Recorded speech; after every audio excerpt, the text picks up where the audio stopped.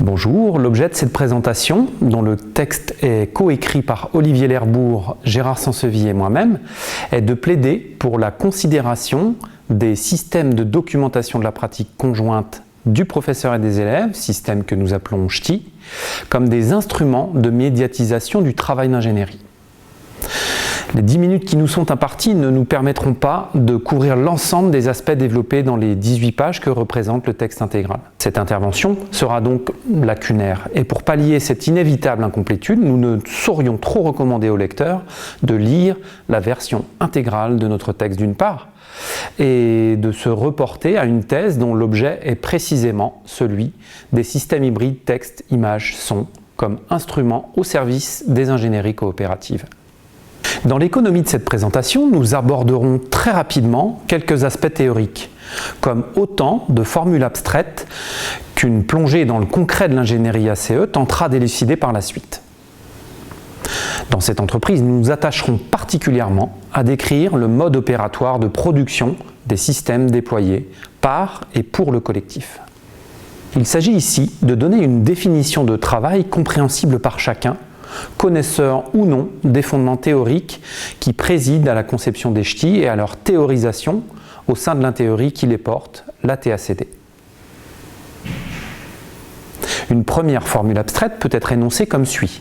Un STI, ou système hybride texte-image-son, est un système multimédia de représentation en annotation réciproque. Système hybride car il met en dialogue des éléments de différentes natures, du texte, de l'image et du son. De représentation, en tant qu'il donne à voir et à comprendre une situation donnée en se fondant sur la fixation de cette situation au moyen d'un film. Une seconde formule abstraite peut être donnée à la suite de la première.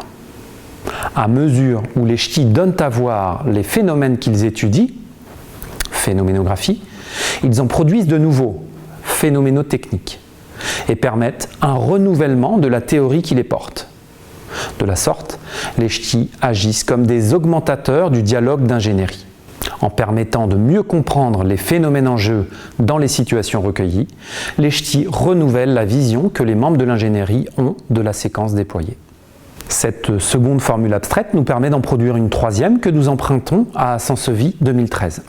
Ainsi, en inscrivant les phénomènes étudiés à mesure qu'il les produit, et en constituant des exemples emblématiques des morceaux de pratique qu'il représente, le STI participe au paradigme général d'amélioration des pratiques.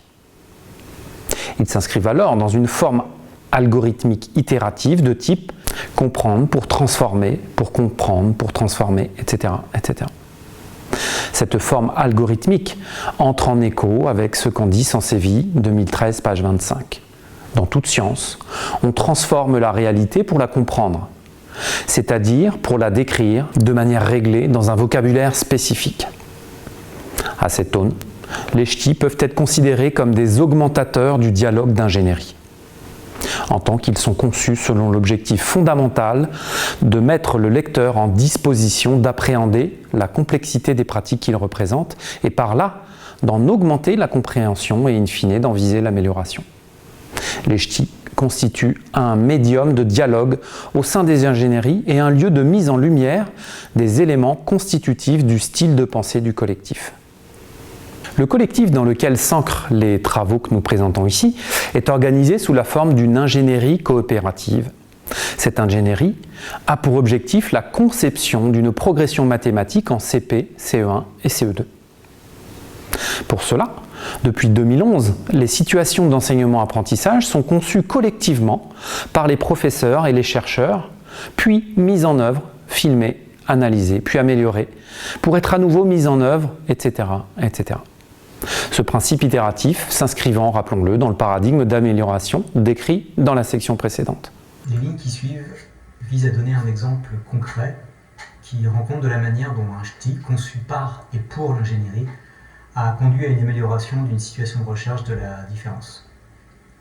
Cette amélioration de cette situation de recherche prend place dans un processus d'augmentation du dialogue d'ingénierie, processus rendu possible par l'utilisation de STI. Pour illustrer cette fonction d'augmentation du dialogue d'ingénierie, nous avons recours à cette frise chronologique telle qu'on peut la voir sur cette diapo. Donc l'essentiel à identifier dans cette frise tient à la place du ch'ti dans le dialogue d'ingénierie.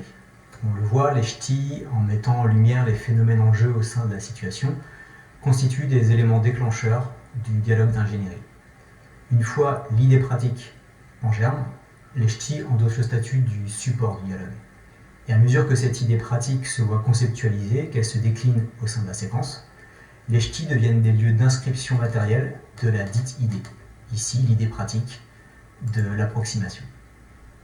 Le signe d'approximation, qu'on appelle aussi le signe presque égal, a donc été généralisé dans les classes. Et dans ma classe de CP-CE1 notamment, les élèves ont pris l'habitude d'approximer les calculs avant d'entrer dans la phase de leur résolution. Cette approximation, elle a mené deux effets dans la classe. Tout d'abord, voir si le calcul est éventuellement très facile à résoudre mentalement, ou si une stratégie spécifique est à mettre en place. Parfois, les élèves se mettent à approximer le résultat et trouvent tout de suite le résultat parce que c'est un résultat qui saute aux yeux. Mais le deuxième effet est aussi éventuellement de comparer l'approximation et le résultat du calcul pour vérification. Si le résultat et l'approximation sont trop éloignés l'un de l'autre, c'est peut-être qu'il y a eu une erreur. Les diapositives suivantes donnent à voir l'algorithme de production à l'œuvre au sein de l'ingénierie. Pour des raisons de gestion du temps, nous n'aborderons pas l'ensemble des étapes, mais nous nous centrons sur la phase de montage des données recueillies en classe et sur la phase du dialogue d'ingénierie. L'exemple ici donne à voir le type de plan issu du film d'étude. Donc brut non affiné sur la figure 6A et l'inclusion de la même portion de film au sein du système d'annotation réciproque sur la figure 6B. Donc aujourd'hui, moi, en tant que professeur, je ressens avoir toute la légitimité pour être un membre du collectif qui serait à l'origine de ce type de travail. C'est-à-dire que le professeur ne serait pas simplement celui qui expérimente dans sa classe, mais est un membre du collectif parmi les autres membres. Donc le professeur, il devient également celui qui propose une version 0, celui qui propose un prototype de système hypermédia qui serait à communiquer au collectif, qui pourrait l'augmenter et l'améliorer pour devenir plus élaboré. Donc moi, je me sens aujourd'hui de plus en plus autonome pour produire un tel type de travail, dans l'optique de le donner à travailler au collectif. Mais cette autonomie, elle suppose une certaine familiarisation avec des logiciels spécifiques qui permettent le traitement, l'utilisation des données recueillies en classe. Pour que les